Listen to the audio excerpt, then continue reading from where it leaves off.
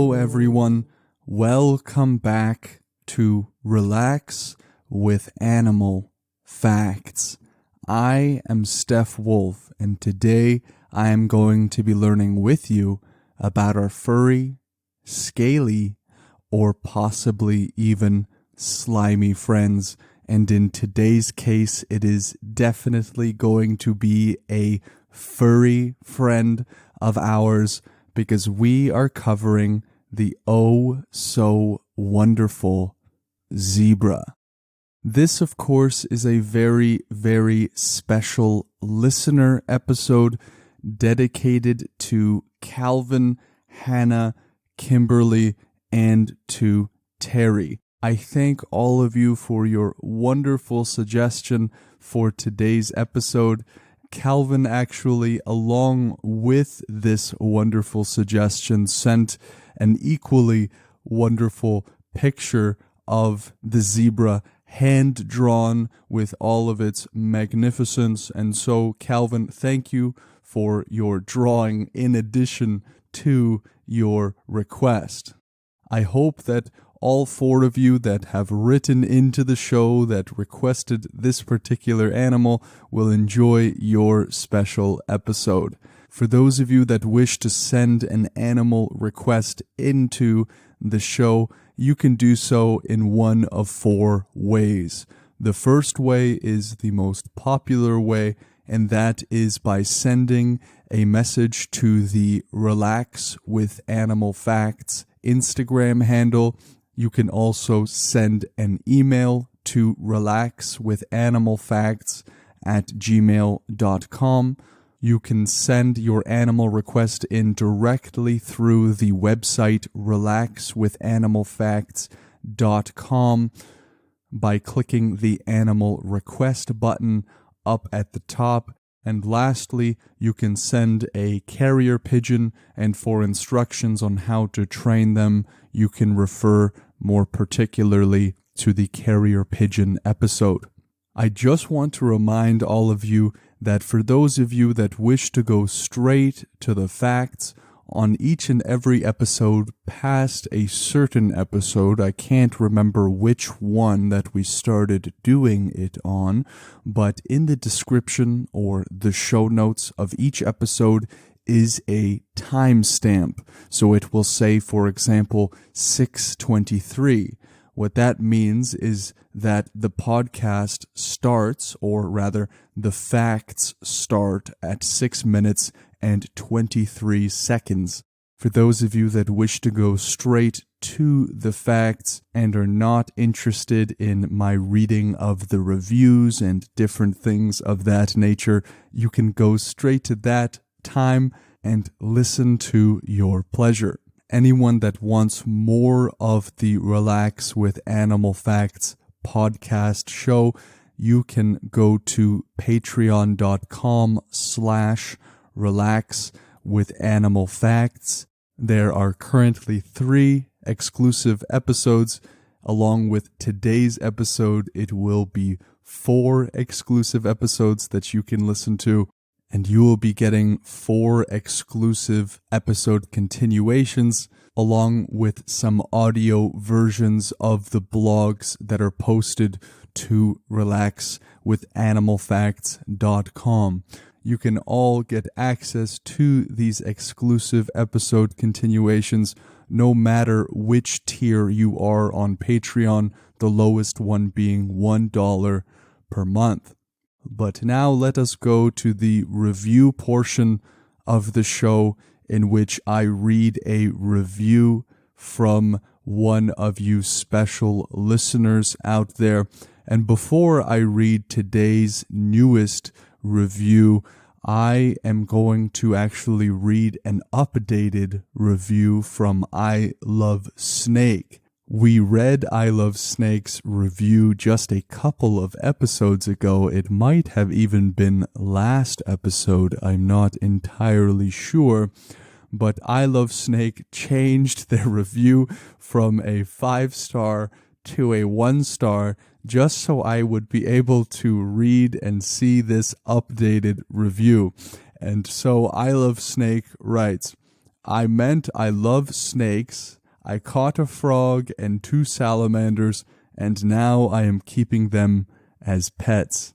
Thank you, I Love Snake, for updating us as to the reason for your name. And I am so glad that you have a frog and 2 salamanders that are now your pets. Just so all of you know, if I read a review and something has changed or whatnot, you do not have to change the review around in order to contact me. If you wish to contact me, you can do so in any of the 3 ways that we listed before. That is via Instagram, via email, or even through the website. But now let me go to the newest review of this podcast episode. This is coming from Fisher M123, who wrote in this review via Apple Podcasts and is writing all the way from the United States of America. And Fisher M123 writes, I enjoy listening to this podcast at night when I am having trouble falling asleep. Stefan's voice is very calming and helps lull me to sleep. The animals selected are always interesting, and he does a great job sourcing his facts.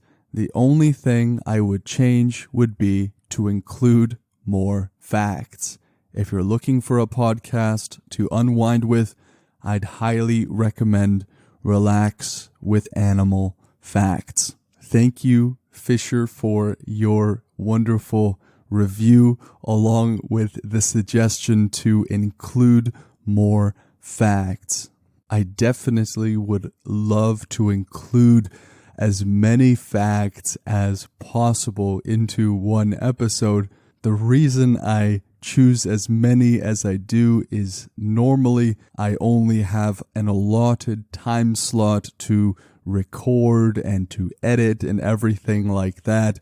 But perhaps in the future, if the show ever has an editor that is not myself, I'm sure we could up the facts a good bunch. I am very happy that the show helps you at night and is calming for you and helps you fall asleep. Of course, I cannot take any credit for the animals being interesting. They were not exactly of my design, but I am very happy that there are animals that really get you guys passionate and excited and things like that. If you wish to leave a review like Fisher M123 did, you can absolutely do so via Apple Podcasts or on Spotify. I believe has a rating system now. If the show has helped you and you want to give back, you can absolutely do so. Just know that any reviews or extra things that you guys do are exactly that. Extra. Your listenership already means the absolute world to me and to this show. You keeping me good company as we wade into the rivers or walk in the swamplands is gift enough. So before we get into the show, let me just say where I got my facts from for this particular episode.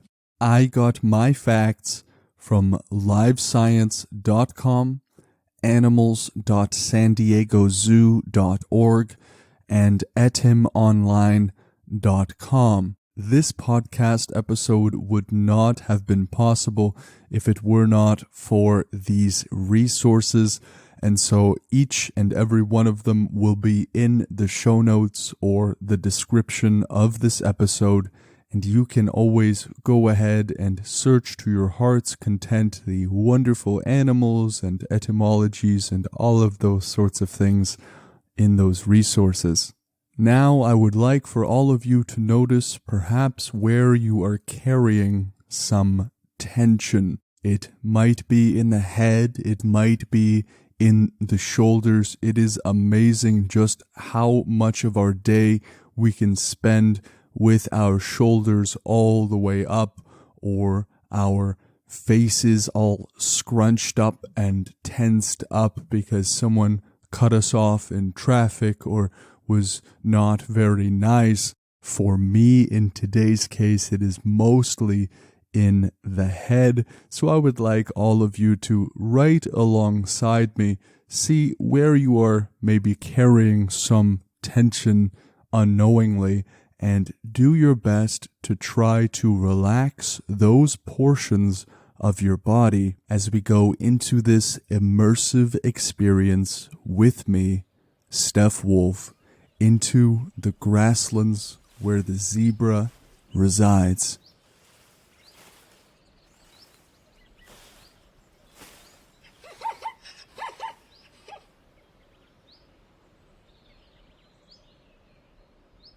The zebra is a single-hoofed animal that is native to Africa.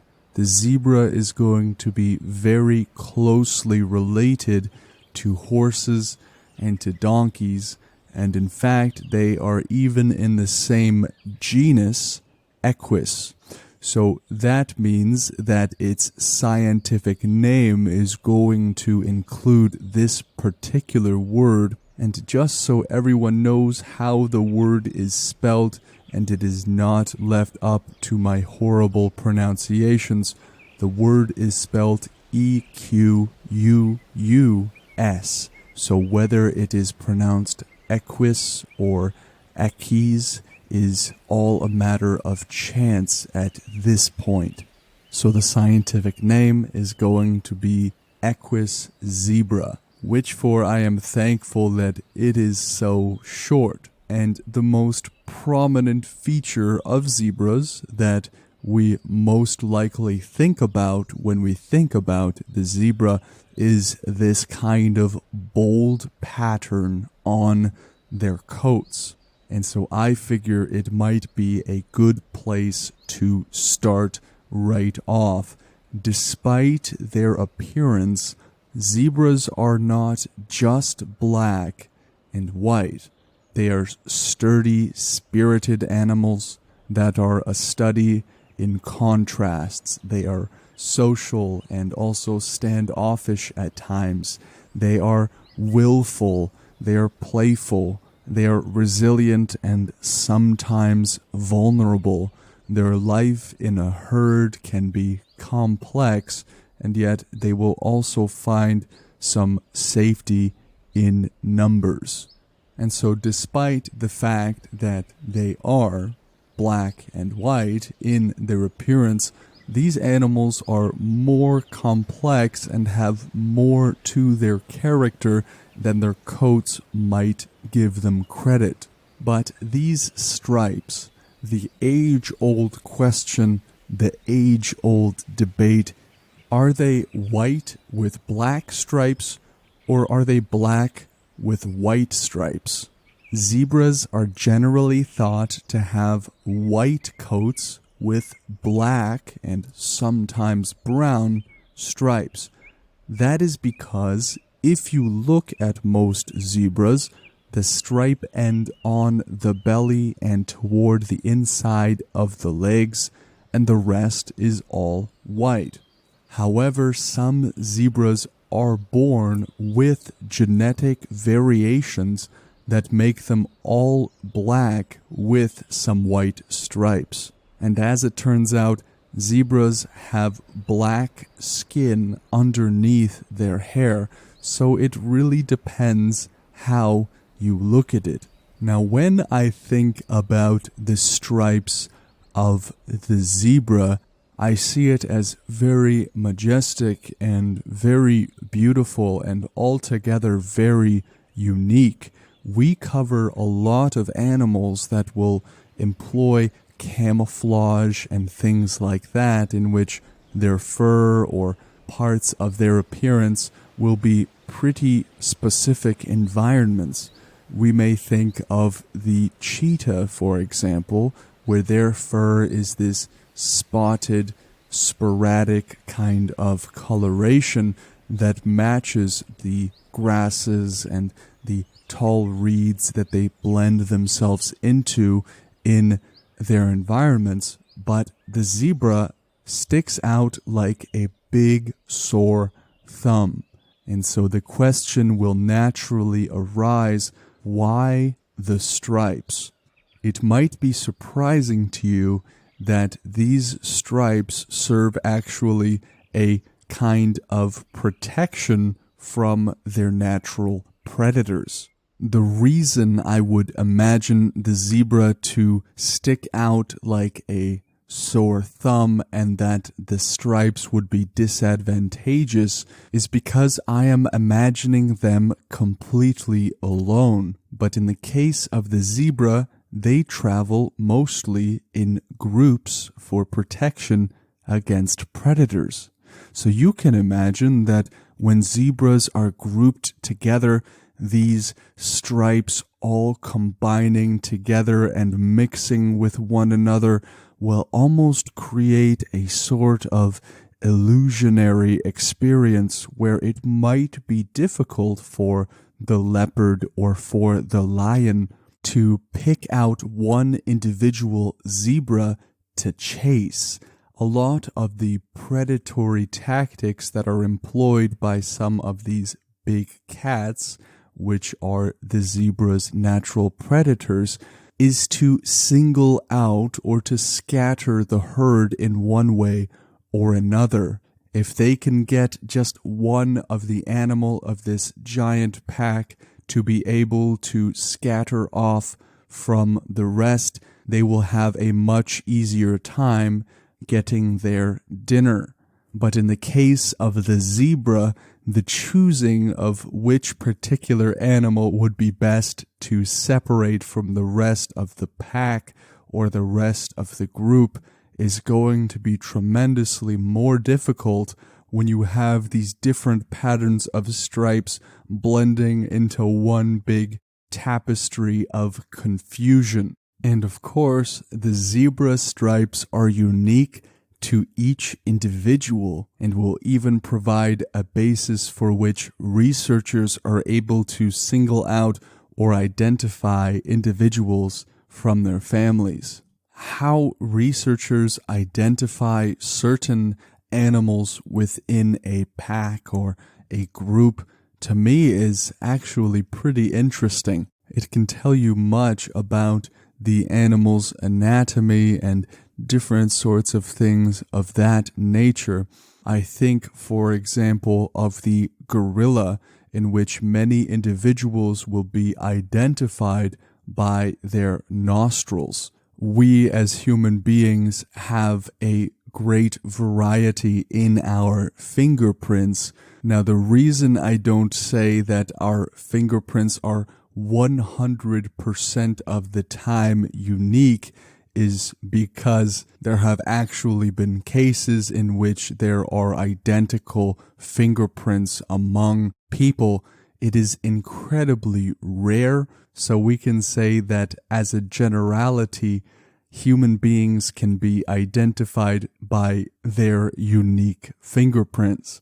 Now, it might seem like a zebra is a zebra, but there are indeed 3 different species. There is the plains zebra, the mountain zebra, and the Grevy's zebra. These different zebra species will have different types of stripes, generally being differentiated from one another depending on the thickness of the stripes. One might be more narrow, one might be more wide, and in fact, the farther south on the African plains that you travel, the farther apart the stripes on the zebras get.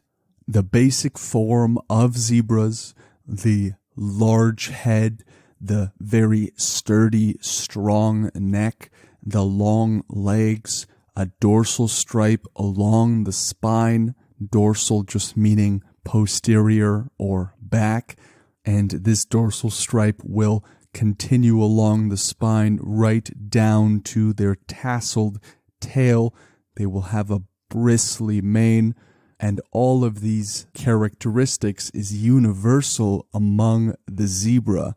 No zebra or wild equid is going to have a forelock, which is a lock of hair that grows just above the forehead.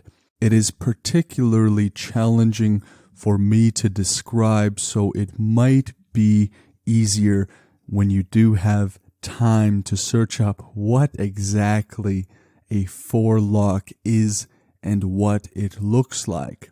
But of all of these three zebra species, the Grevy's zebra is the largest, weighing from 770 to 990 pounds. That's about 350 to 450 kilograms, and it will measure up to 5 feet at the shoulder. That's about 1.5 meters. So this is a large animal. The Grevy's zebra in particular, which remember is one of the three zebra species, is the one that has the most mule-like physique, so donkey-like physique, because of their thick neck and those large round ears.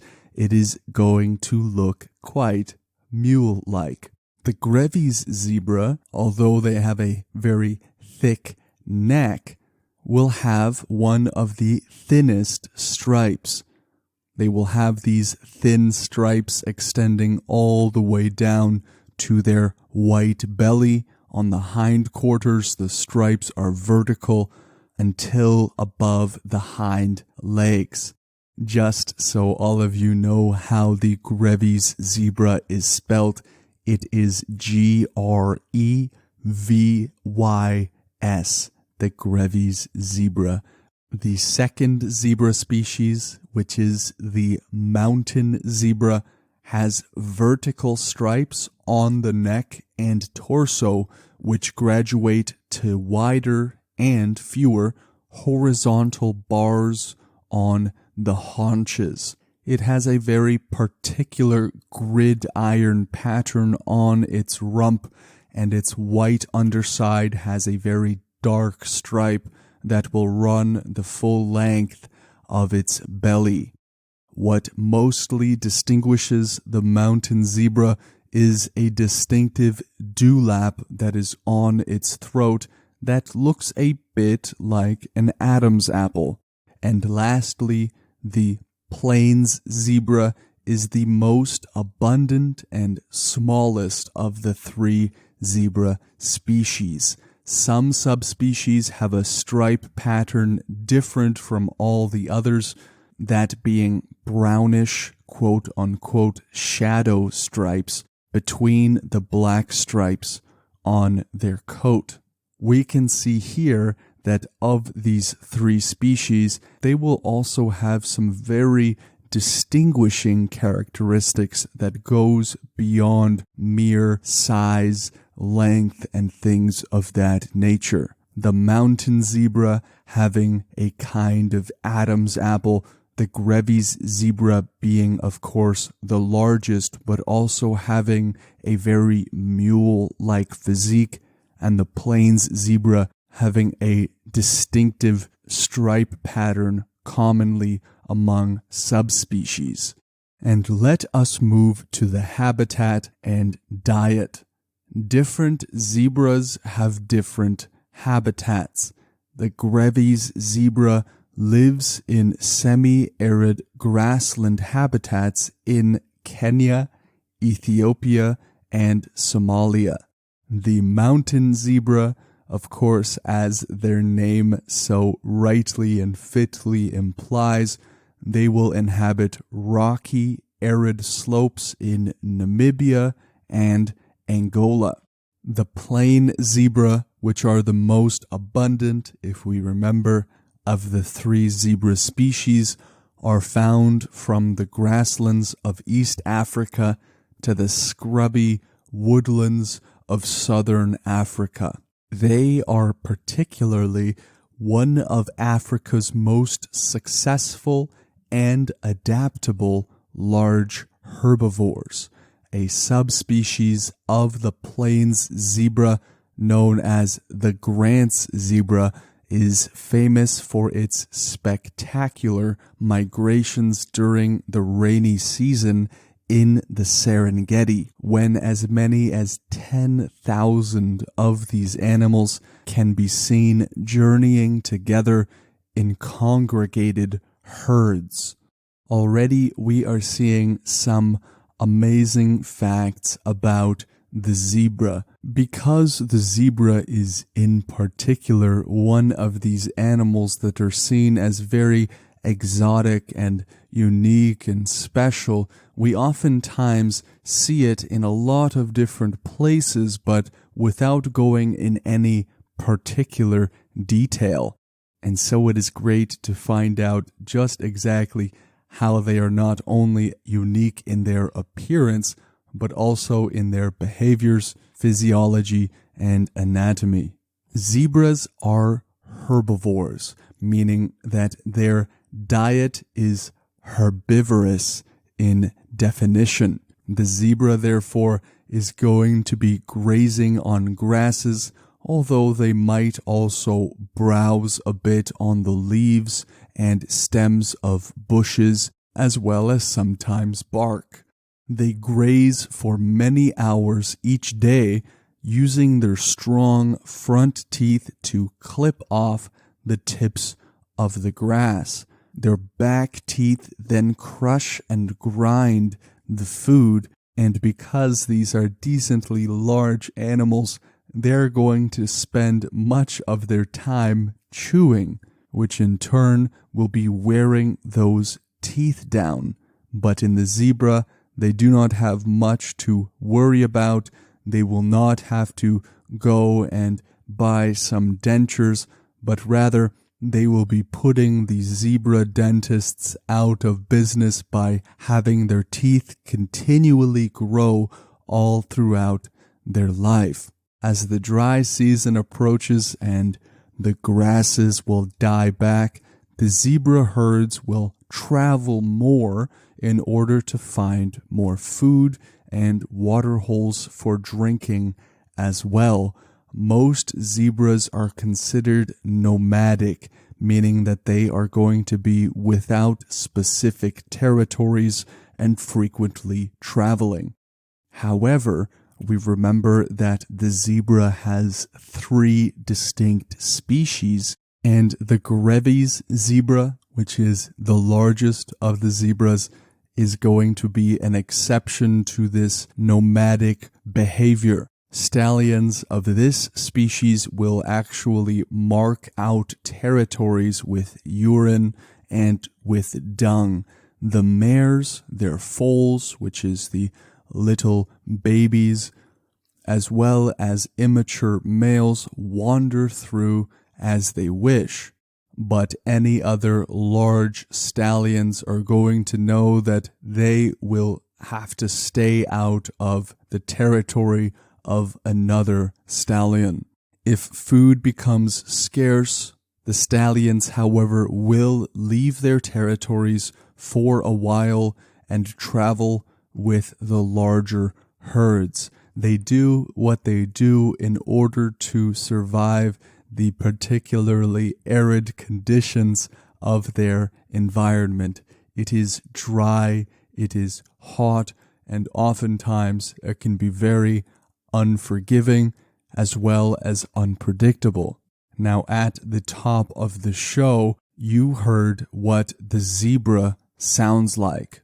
So let us move to the communication of the zebra. They are going to communicate with one another with sounds, but also with facial expressions. For obvious reasons, I could not play facial expressions of the zebra, but with their sounds, they will make loud braying or even barking sounds and soft snorts and woofs. The position of their ears, how wide their eyes are, and whether their mouths are open or their teeth are bared all means something. When the ears are flat back, for example, this means trouble or you better follow some orders. Zebras will also reinforce their bonds by grooming each other, and you might even see two zebras standing head to back, apparently biting each other, but they are really only nibbling on each other with their teeth to pull out any loose hair and maybe even get a good scratch. The ritual of grooming one another creates very strong bonds between animals in their particular groups, and of course is not at all exclusive to the zebra. We see this sort of behavior in many primate species, for example, and in the cases of some animals that groom on a regular basis, this will not only serve as a way of bonding individuals, but it will also act as a sort of preventative measure against certain kinds of diseases, as well as general maintenance of hygiene. The baby zebras, which are called foals, must be able to recognize their mother from birth in order to survive. To do this, a foal will learn its mother's stripe pattern in order to follow her very closely. But this is a fact in which we must employ our reasoning. To me, at least, comes the question, how do we really know that it is only the stripe pattern of the foal's mother that it uses to identify her? It could be smell, it could be a good deal of other things as well. Of course, researchers study general animal behavior, although it might be a little bit challenging to figure out what exactly a foal is thinking, because it doesn't normally tell us. All in all, the foal will indeed have to know its mother's stripe pattern, although there might be some other ways in which the foal will use in order to identify its mother. This is important because mares usually do not adopt other foals. The mare is the female version of the zebra, just so we are not using any words that we don't know the definitions to. So mares, as a general rule, will not adopt other baby zebras, so there would be absolutely no chance of getting food from anyone but mom. Mothers often separate from the herd just a short distance so that their foals can imprint on them. And once the foal can readily identify its mother, the mare and the foal return to the herd for protection. Now let me go to the final fact of this episode, which is the word zebra. What in the world does this word mean, or even where does it come from? Well, here from Etym Online, the word zebra comes from the Italian word, and perhaps even from Portuguese, which was applied earlier to a now extinct wild donkey.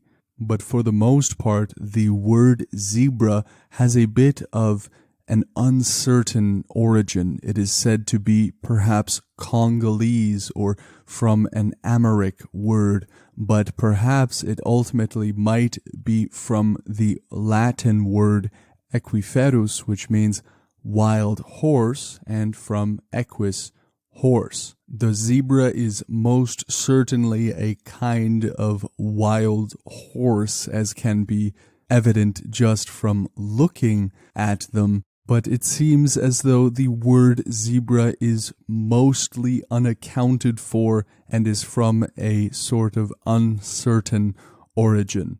But knowing the root words of some of those Latin words can help us in the identification of other animals, when we know that equus meaning horse, as well as ferus meaning fierce. So equiferous, quite literally translated, is a fierce horse. That is very cool. For those of you that wish to continue this episode a little bit deeper into the savannas, can join us on the Patreon page, in which we are going to pull up our little safari hats and dig a bit deeper. Thank you, Calvin, Hannah, Kimberly, and Terry, for requesting this very cool and wonderful animal. If you want to learn about a particular animal that you find cool and interesting, please send a message to Relax with Animal Facts on Instagram. Send an email to relaxwithanimalfacts@gmail.com, or you can even submit your animal request via the website relaxwithanimalfacts.com. Thank you all for listening and for joining me on our little adventure. I hope that you will all join me on the next podcast episode with the next animal. Take care.